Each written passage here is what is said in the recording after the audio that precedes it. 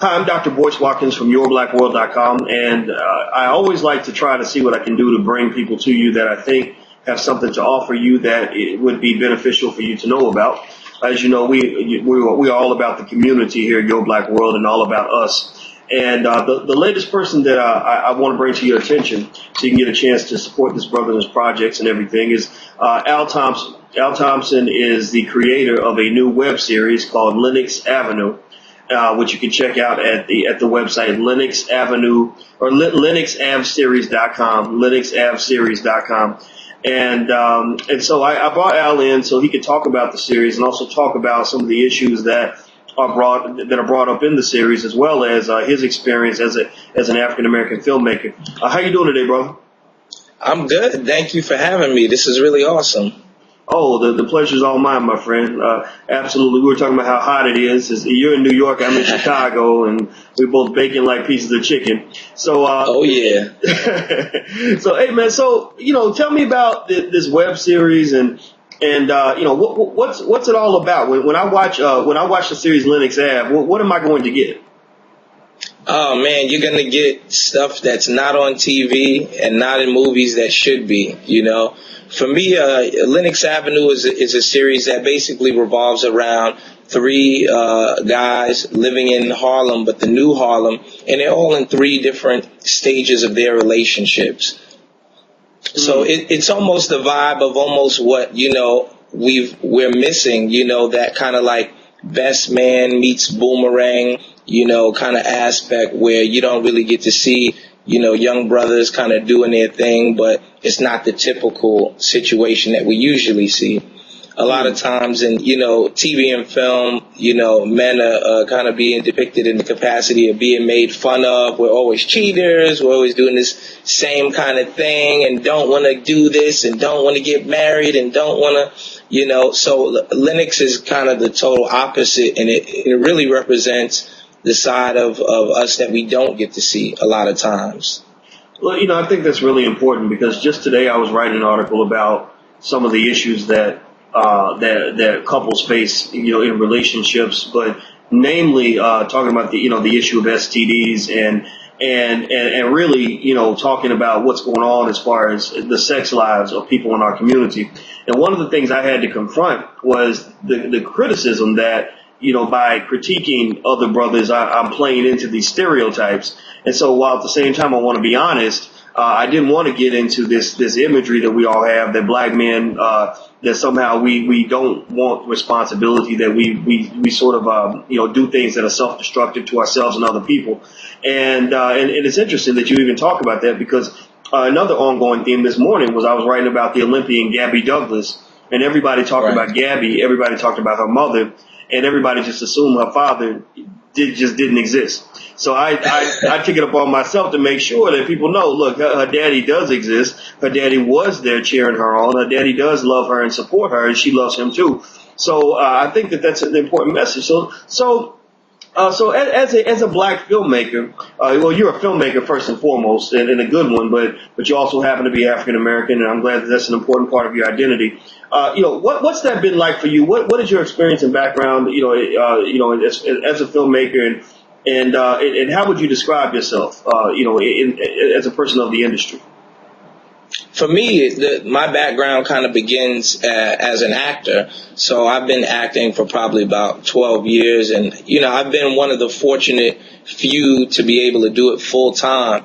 And for me, I started in the NYU and Columbia University circles, volunteering my time on, their films as an actor.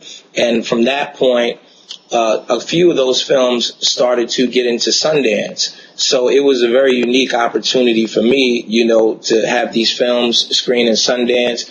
And, as an actor, you're trying to just get all your money organized. I didn't know how I was going to get there, but I knew that I had to be at Sundance to, not only support the films that I was in, but also, be there and just have a presence and be able to network, because it's a very unique film festival.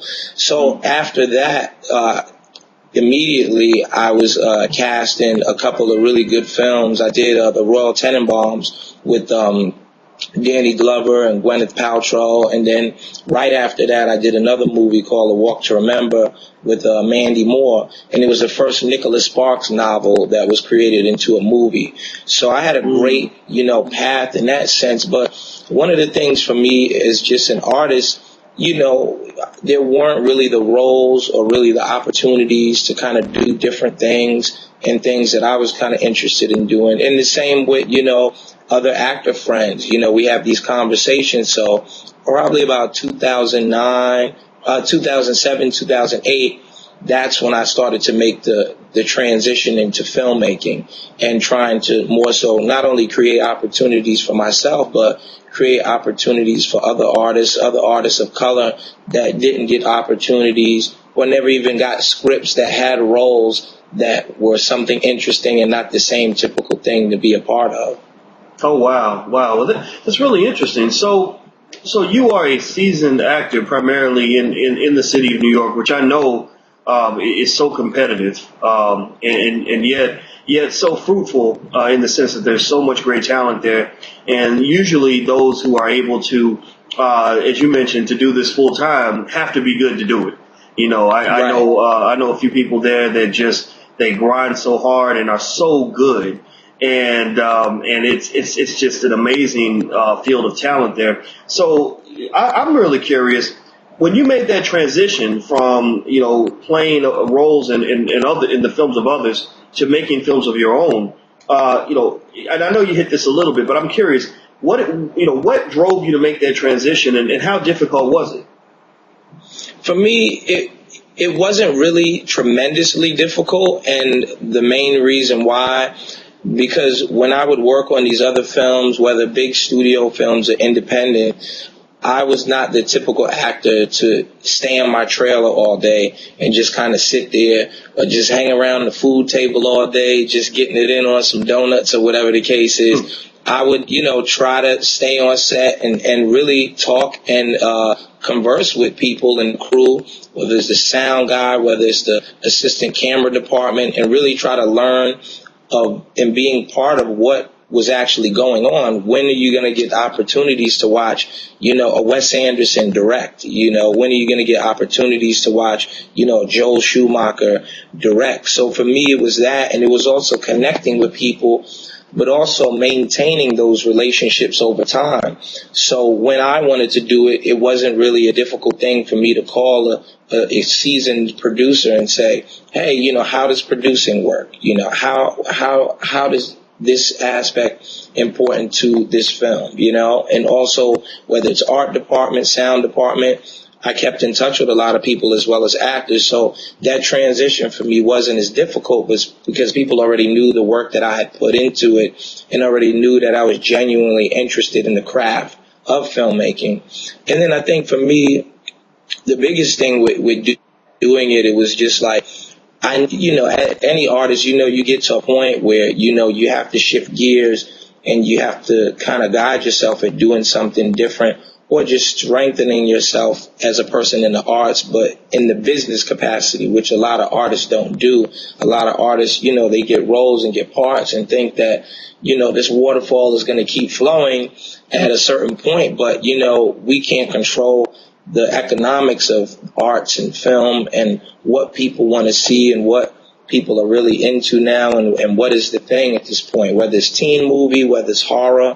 So, for me, it was just really about educating myself, preparing myself for the next stage in my film and art career, and really just understanding the business aspect of it, which is very important.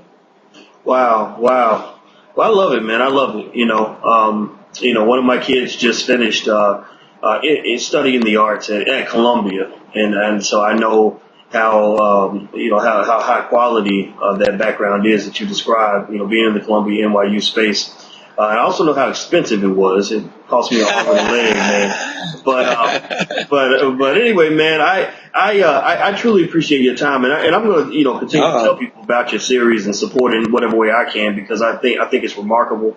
I think that I can tell you're an extraordinary talent, and I want people to check it out. So everybody, this is Al Thompson. His series is called Lennox Ave, and if you're in New York, and if you live anywhere within 1,000-mile radius of New York City and you don't know about Lennox Ave, you need to get your head out from under the sand, because Lennox Ave is one of the most historically relevant places in this country.